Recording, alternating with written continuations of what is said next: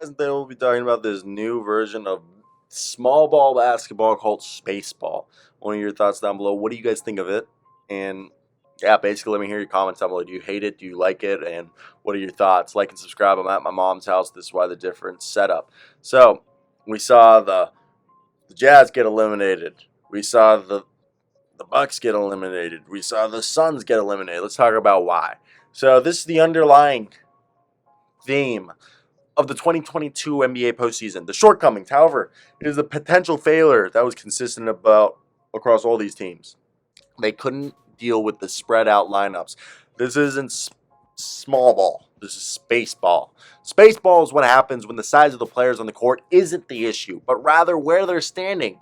It's what happens when the Dallas Mavericks put 5 capable three-point shooters on the perimeter and leave Rudy Gobert and DeAndre Ayton in no man's land, or when the Bucks protect the rim first defensive mentality leaves them essentially, you know, open like Death Star with like the easy fatal flaw in the back, Grant Williams to eliminate them. It's the latest evolution in postseason tactical game that continues to evolve at an incredible pace. String 5 players on the perimeter, switch everything on defense, go one-on-one against a defense that can't easily send help, and either feast on open threes or get to the rim and finish or get an and one.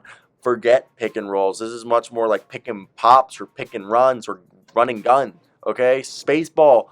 When they're running space ball, they might need to set a screen to get a switch, but the end game is an isolation for the dribbler after the screener gets the hell out of dodge and relocates along the three-point line. While other coaches likely have tried this from time to time at some point, the real turning point for spaceball came during the Clippers Jazz series a year ago. Tyronn Lue turned it on to neutralize Gobert when the Clippers lost superstar forward Kawhi Leonard. I almost said Kawhi. I don't even know what I was trying. I was saying Kyrie, but Kawhi Leonard got hurt, and the Clippers needed some to make up for the lineup, and they were able to do it with guard work. Okay, and it worked so well that they came back from 25 points down in Game 6 to stun the Jazz and win the series.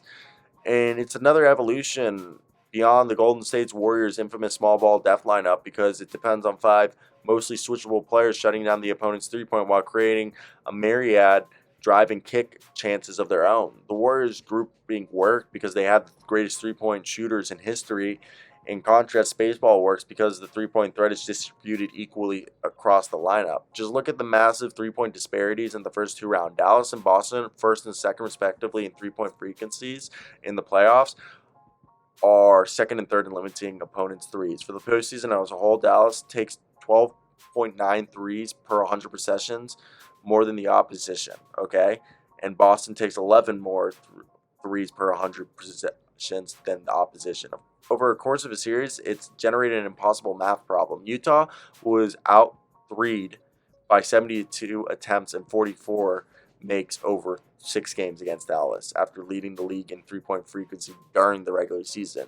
The Mavs' margin in the same category was 83 attempts and 33 made in 7 games against Phoenix. Meanwhile, Boston nearly doubled on Milwaukee on triples, 110 to 57 out of 7 games in the second round. Okay, Phoenix, Milwaukee, and Utah all tripped over themselves trying to deal with spaceballs with traditional 5s. In contrast, it might have looked weird when the Nets were playing 3 small guards against Boston in the first round and they got swept for their efforts. However, the thing is, Brooklyn's odd lineup was that it had to match up against Boston's space ball pairings and ran out of big forwards, okay, and that's why they kind of lost the game.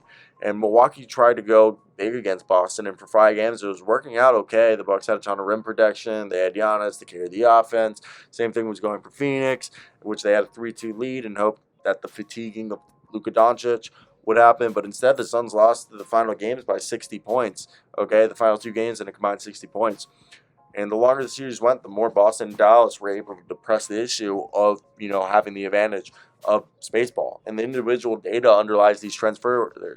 The Bucks were outscored by 19.2 points per 100 possessions with Brook Lopez on the court in the Boston series, surrendering a draw, dropping 47.1 three-point attempts per 100 possessions in his minutes, while Dallas was averaging 46.9 triples per 100 in Maxi Kleber's playoff minutes against just 28 three-point attempts allowed. Okay, I know I'm being like kind of reductive about the threes. Of course, both Dallas and Boston's have super stars on their roster with Doncic and Jason Tatum being this focal point of their attacks. But the Mavs and Celtics are also playing great individual defense this past playoffs, and they're a major factor in this. And here's the thing: the space ball lineups have enabled much of that, playing the way a team wants by allowing them to keep multiple elite 3 and D wings on the floor, switching everything and not having a vulnerable true 5 lying around for the opponent's picks and rolls. Kleba, who, some people could argue was a small forward in Germany 5 years ago, and coincidentally he had a teammate there named, you know, Devin Booker. Is that funny? He had a teammate named Devin Booker who isn't Devin Booker. And he ended up playing a majority of his minutes at the center position against a 7-foot, guy named DeAndre Ayton, and then a giant in Gobert. So this is crazy. I want to hear your thoughts down below. Do you guys agree with Spaceball?